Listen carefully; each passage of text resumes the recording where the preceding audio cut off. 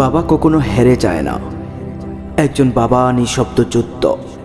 একজন বাবা, তারও তো স্বপ্ন থাকে, তারও তো ইচ্ছা হয় ভালো জামা পরার, ছুটির দিনে আরামে ঘুমানোর, একটু শান্তিতে বসে চা খাওয়া।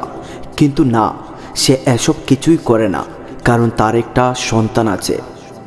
সে যেন অভাবে না পড়ে, যেন হেরে না যায়, এই একটা কারণেই সে নিজের স্বপ্ন মাটি চাপা দেয়। আজ আমি আপনাদের একটা সত্যি গল্প বলবো।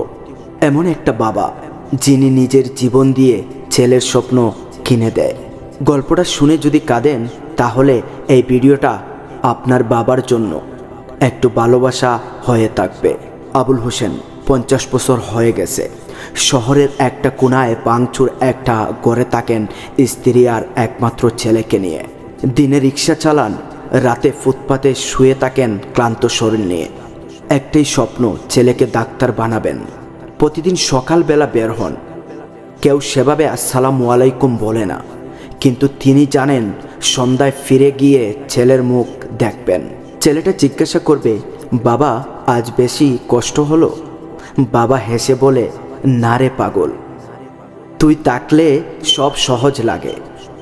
একদিন ছেলে মেডিকেল কলেজে চান্স পায়। পুরো পাড়ায় উৎসব, কিন্তু তার বাবার চোখে জল, কারণ ভর্তি ফি দিতে হবে 50,000 টাকা। ছেলেটা বাবার সামনে দাঁড়িয়ে বলে, বাবা ভর্তি হব না, ভর্তির টাকা নাই, তোমারে কষ্ট দিয়ে হবে না। বাবা তাকিয়ে তাকে ছেলের চোখে, তারপর নিচু গলায় বলে, তুই শুধু ডাক্তার হো, আমার জীবন তোর শেষের পথে, তোর শুরুটা যেন সত্য হয়। নিজের বিয়ের শেরওয়ানি বিক্রি করে, স্ত্রীর গহেনা বিক্রি করে বাবাটা ছেলের ভর্তি ফি জোগাড় করে। এক টাকাও চায় না ছেলের কাছে, শুধু বলে, তুই হাসলে আমার কষ্ট গলে যায়, তুই ডাক্তার হ। 3 বছর পর বাবার শরীর খারাপ, কিডনি সমস্যা। ডাক্তার দেখতে চায় না, কারণ তার ছেলের ডাক্তার হওয়া এখনো শেষ হয়নি। নিজেই বলে, আমার ডাক্তার এখন ব্যস্ত, আমি একটু অপেক্ষা করব। একদিন ছেলে ডাক্তার হয়ে ফেরে, বাবার হাতে শুধু রিপোর্ট।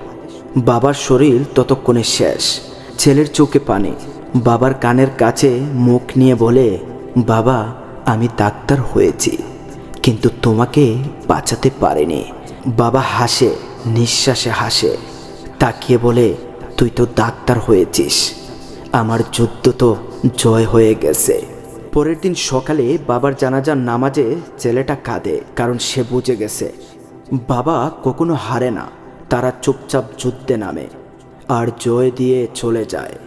আপনি যদি এখনও আপনার বাবাকে ভালোবাসা দেখাননি, আজ একটু জড়িয়ে ধরুন, বলুন, বাবা তুমি ছাড়া আমি কিছুই না। কারণ একদিন সময় থাকবে না, শুধু আফসোস থাকবে। এই গল্পটা শেয়ার করে দেন, যেন আরও কেউ বাবার মনের কষ্টটা বুঝতে পারে। ভালো থাকুক সব বাবা।